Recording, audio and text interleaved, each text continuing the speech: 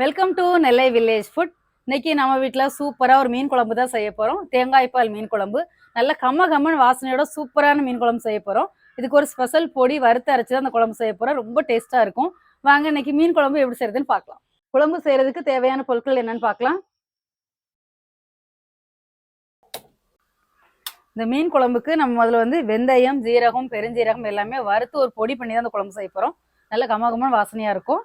1/4 spoon வெந்தயம், ஒரு 1/4 spoon மிளகு, 1/4 ஸ்பூன் சோம்பு, 1 ஸ்பூன் சீரகம்.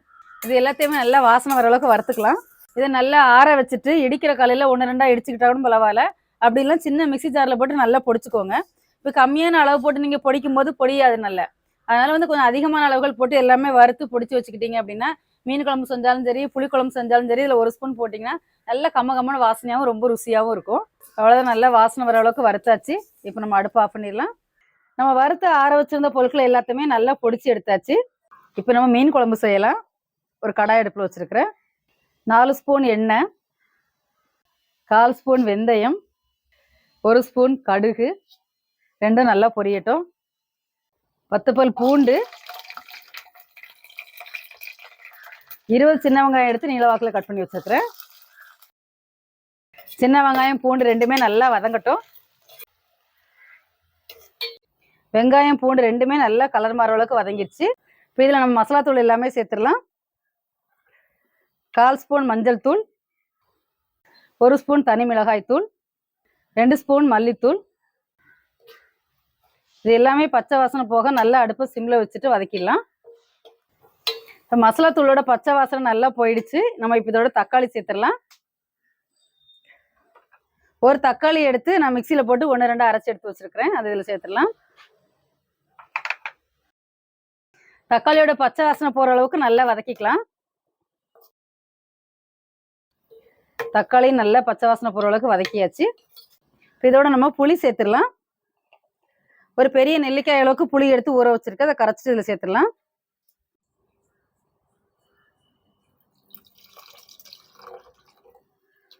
புளி தண்ணி ஊற்றியாச்சு. இதோட ஒரு 2 டம்ளர் தண்ணி சேர்த்துக்கலாம்.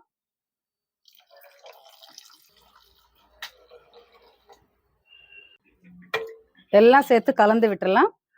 இதோட ஃப்ளேவருக்காக ஒரு 3 பச்சை மிளகாய் சேர்த்துக்கலாம். ஏற்கனவே நம்ம மிளகாத்தூள் போட்டிருக்கிறோம். இது வந்து ஃப்ளேவருக்காக. எல்லாமே நல்ல ஒரு கொதி வரட்டும். கல்லுப்பு சேர்த்துடலாம். இதோட ஒரு 1.5 ஸ்பூன் கல்லுப்பு போடுறேன். இப்போ எல்லாம் சேர்த்து நல்லா கலந்து விட்டாச்சு. கொதிச்சு இந்த பச்சை வாசனை போகட்டும். அதுக்கப்புறமா தேங்காய் பால் சேர்த்துக்கலாம். குழம்பு நல்லா கொதிச்சு பச்சை வாசனை போயிடுச்சு. இப்போ இந்த ஸ்டேஜில் நம்ம தேங்காய் பால் சேர்த்துடலாம். 1/4 முடி தேங்காய் எடுத்து துருவி பால் எடுத்து வச்சிருக்கிறேன்.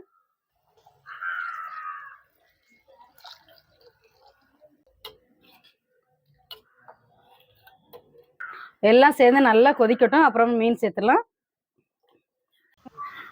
தேங்காய் பால் ஊற்றி குழம்பு நல்லா கொதிச்சிருச்சு. இப்போ நம்ம வறுத்து பொடிச்சு வச்சிருக்கக்கூடிய பொடியில 1 ஸ்பூன் சேர்த்துடலாம். நல்லா கமகமான வாசனையா இருக்கும்.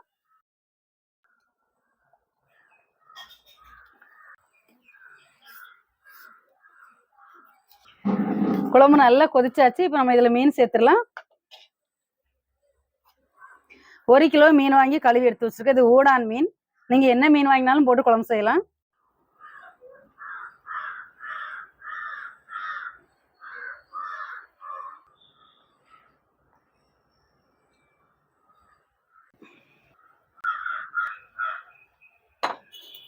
இப்போ மீன் எல்லாத்தையுமே குழம்புல லைட்டா அழுத்தி விட்டுடலாம். ஒரு கொதி வரட்டும். அப்புறமா நம்ம அடுப்பு வந்து சிம்ல வச்சிடலாம். குழம்பு நல்லா கொதிக்க ஆரம்பிச்சிருச்சு. அடுப்பு சிம்ல வச்சுட்டு கடாயை மூடி வச்சிடலாம். ஒரு 10 நிமிஷம் இருந்தா போதும். மீன் நல்லா வெந்துடும்.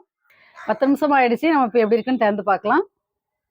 பாருங்க, பார்க்கறதுக்கு எவ்வளவு சூப்பரா இருக்குன்னு. நல்ல எண்ணெயெல்லாம் மேல வெந்து வந்து நல்ல கம்ம வாசனையா இருக்கு. மீன் குழம்பு வந்து கரண்டி வச்சு அடிக்கடி கிளறக்கூடாது. இந்த மாதிரி ஒரு தடவை சுத்தி விட்டீங்கன்னா போதும். மீன் நல்லா குழம்புல ஊறி சூப்பரா இருக்கும். இந்த மீன் குழம்பு வந்து செஞ்சு வச்சுட்டு நீங்க உடனே சாப்பிட்றத விட ஒரு 1 மணி நேரம் கழிச்சு சாப்பிட்டீங்கன்னா இன்னும் நல்ல டேஸ்டா இருக்கும். குழம்புல ஊறி நல்ல சூப்பரான தேங்காய் பால் மீன் குழம்பு ரெடி ஆயிடுச்சு. இப்போ அடுப்பு ஆஃப் பண்ணிட்டு நம்ம இறக்கி வச்சிடலாம். இப்போ தேங்காய் பால் மீன் குழம்பு எப்படி இருக்குன்னு நம்ம சாப்பிட்டு பார்த்துடலாம்.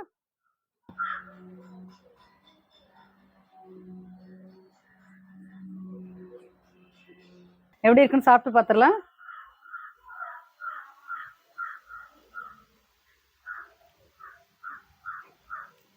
மீன் குழம்பு டேஸ்ட் அட்டகாசமா இருக்குமா, அவ்வளோ ஒரு ருசியா இருக்குது. நீங்க என்ன மீன் வாங்கினீங்கனாலும் சரி இந்த மெத்தட்ல ஒரு தடவை குழம்பு செஞ்சு சாப்பிடுங்க. இது உங்களுக்கு ரொம்ப பிடிக்கும்.